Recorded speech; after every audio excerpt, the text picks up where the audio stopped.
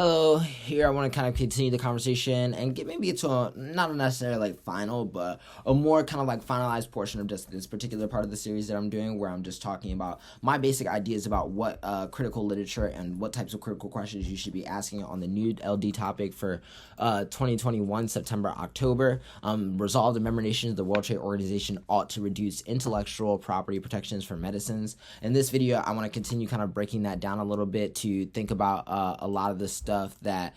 kind of come up when we think about like what the World Trade Organization is, what are intellectual property protections, and like how does it specifically relate to the field of medicine, and what makes it particularly so relevant in 2021. What types of arguments can we make that are relevant, that have a lot of like interesting kind of like weight? And I think that there are a lot of arguments to be made about the way in which various types of like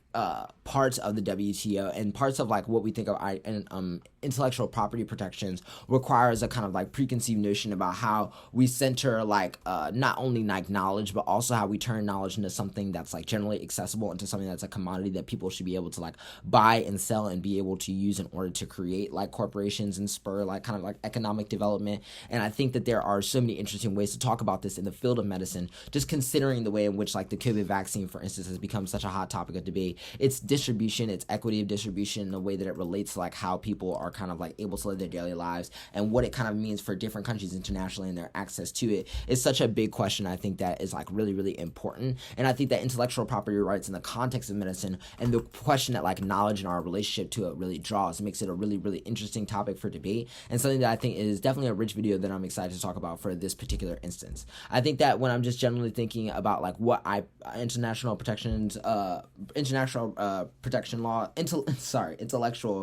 property protection laws really look like in the context of this topic, and starting it off in the context of medicine, the first place that my head really jumps to is the COVID vaccine. I think that the first thing I kind of did when I saw this topic is looked up kind of like what is the relationship between the World Trade Organization and like maybe other international organizations that have like had to develop and create differing responses in the face of COVID-19. And I think that the kind of like a literature or the ideals that you'll kind of find out from this is really telling and really interesting, because what you'll kind of find out is that the World Trade Organization is in a joint effort with things like the World Health Organization, the World Bank, and the IMF, which is the International Monetary Fund, to try to like launch different types of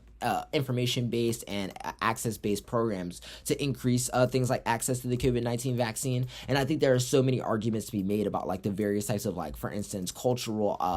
impacts that things like the vaccine have kind of had on various types of communities, and the way that it relates to questions of like intellectual property protections, and the way that that kind of like relates to questions about how people put trust in certain types of knowledge. I think that, for instance, when you take this context, like for instance, even domestically in the context of the US, I think that it would be interesting to like have a debate that kind of lines up a lot of the discussion that people are having about some of like the racial undertones about who gets access to the vaccine, like how the vaccine has kind of like been created, and how the knowledge around how the vaccine is created is kind of centered around particular standards of people just having to like get over and not being able to question the like racial undertones that are behind vaccines, regardless of like the actual legitimacy of the medicine. And I think that there's a really interesting argument to make about like how things like intellectual property protections play into the kind of like distrust that the public is able to create towards vaccines and medicines, because of the way in which it creates a kind of like elite circle of who is able to continually generate medicine. And not only has that medicine sometimes been like accrued or created through various types of like colonial endeavors and investments that create the backdrop for how that medicine is able to even be tested, accessed, etc., but also even in a world where you're able to move over barriers of distrust, there are still international differences in the way in which various types of countries that don't have like as strong of an international standing are able to really dictate and create a clean flow of like vaccines in the way in which the US, China, and other types of countries are able to do. And I think it would be really interesting to make arguments about ways in which the kind of distribution and access that comes as a result of intellectual property protections always requires this kind of like basically pathological or dangerous investment in the way that we think about access, for not only creating trust within the public, but also how it's dispersed internationally. I think that this plays into a lot of the conversations that we were having in some of the other videos where we were talking about like the World Trade Organization and just intellectual property protections as a whole. because a lot of the stuff that I kind of brought up in that first video where I was like, ooh, international intellectual property protections, is that the kind of like base value for why they should exist, or not even the base value for why should they exist. One of the kind of like base places for criticism is that intellectual property like management basically creates this like clear tie between the ability to produce knowledge for public good and the ability to commoditize that knowledge in order to create it into like economic funding for various types of like not only international standing, but also various types of changings and ascension through capital. And I think that there are so many interesting arguments to be made about how medicine and public distrust is built vis-a-vis the ability to create intellectual property as something that is this kind of like elite circle of who is able to control and make vaccines that to the public, to the people, is always this kind of like white-faced Western man, and the way in which that creates not only unequal forms of distribution based off of like what population we're trying to save and what population is responsible for doing the saving, but also what that means in terms of like how various questions of distribution change in the world of like the international field. And then I think your critique becomes really expansive from the COVID vaccine, because there are so many ways in which I think you could relate this to previous types of pandemics that have happened globally that didn't affect the United States and other organizations, that were not treated the same way in which COVID-19 was, and were not like seen as an immediate threat to humanity because of the way in which they weren't particularly affecting the populations that are most like drawn of and highlighted because of the way in which intellectual property rights and other attempts to like commoditize and make knowledge this kind of like marketable thing also turn into like their own types of fields of representation that kind of pathologize the ability for us to think about community as something that is driven by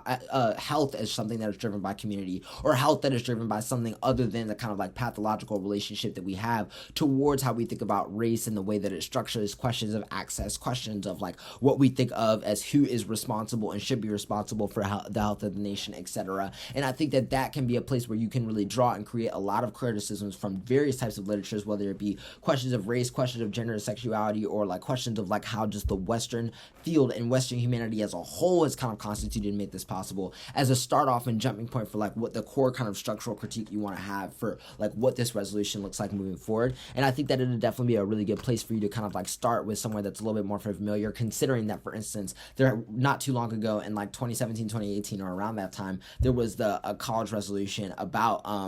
national health insurance. And although it's not the same type of debate, I think there are a lot of still arguments to be made about access to medicine, how we think about knowledge and its relationship to medicine, and